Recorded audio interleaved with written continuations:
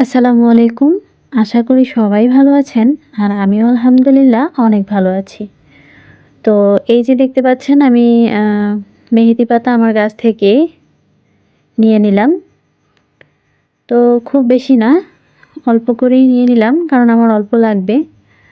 তো আমরা ২ জন আমার যা আর আমি হেয়ার প্যাক বানিয়ে মাথায় দিব। তো যেহেতু ঘরেই মেহেদি পাতা এবং অ্যালোভেরা রয়েছে আর টবে গাছটা অনেক বড়ই হয়েছে।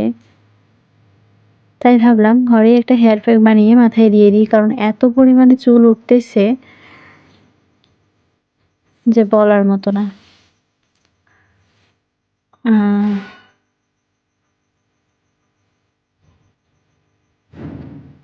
আর আমার মনে হয় প্রত্যেকটা বাড়িতে মেহেদি পাতার গাছ থাকলে মেহেদি পাতা অনেকেই এভাবে ব্যবহার করতে পারবেন।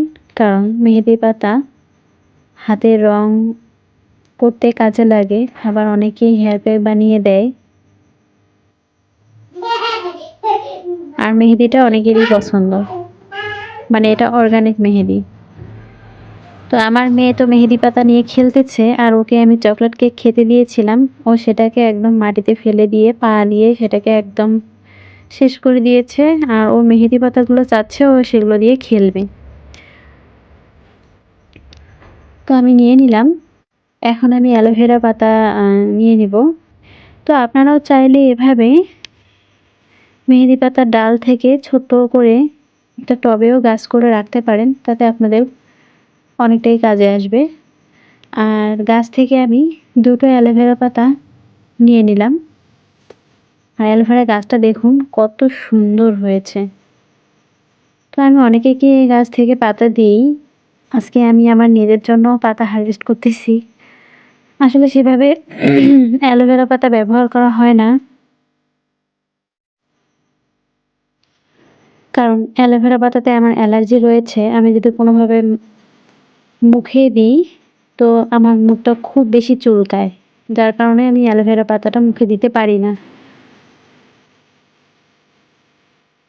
তো এই যে অ্যালোভেরা পাতা, মেহেদি পাতা একখানা নিয়েছি আর রাতে আমি ভিজিয়ে রেখেছি মেথি আর কালো জিরে। সাথে দিয়ে দিব আমলকি আর লেবুর রস। তো যাই হোক ওগুলো বেটে আমি মাথায় দিয়েছি এবং সব কাজ শেষ করে এখন আমি মরিচ গাছের এখানে এসেছি। তো আমার মরিচ গাছে আমি মরিচ অলরেডি হারভেস্ট করে নিয়েছি। এই যে দেখুন একটা মরিচের রং ধরেছে। তো সেটা হচ্ছে এই যে ফোলা, ফোলা মরিচগুলো এইগুলোর মধ্যে একটা। তো আমি রেখে দিয়েছি এটা থেকে বীজ করে আমি চারা করব।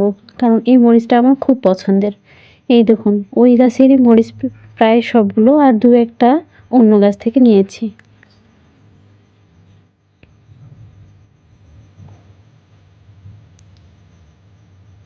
আর আমার গাছগুলোতে কিন্তু প্রচুর ফুল এসেছে।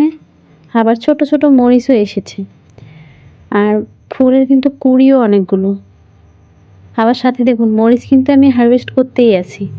তো এটার কারণ হচ্ছে মূলত আমি পেঁয়াজের পাতা সরি পেঁয়াজের খোসা আমি এটা প্রত্যেক দিনই যে পেঁয়াজের খোসাটুকু বের হয় সেটুকু আমি পানিতে ভিজিয়ে রাখি।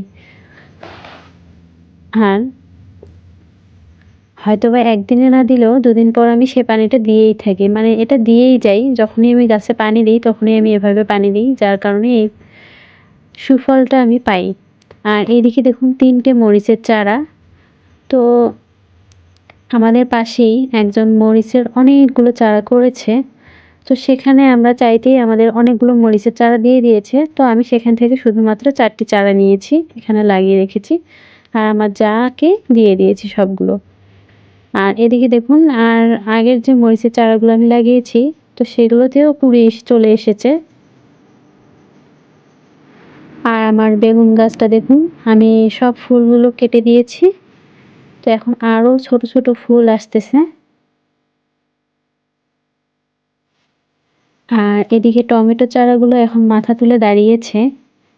ছোট, ছোট পটে রেখেছি আপাতত।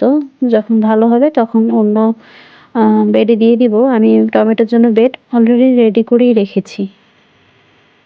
এই যে দেখুন এখানে বস্তা দিয়ে আমি বেড, এই যে সবজির খোসা, পেঁয়াজ রসুনের খোসা, এগুলো দিয়ে আমি এটা ভরাট করে রেখেছি, মাটিও দিয়েছি।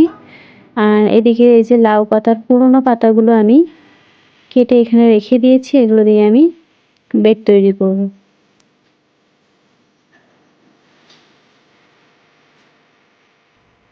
তো দেখুন মরিচগুলো কতটা পরিপক্ক এবং ফোলা ফোলা, মরিচগুলো দেখেই শান্তি।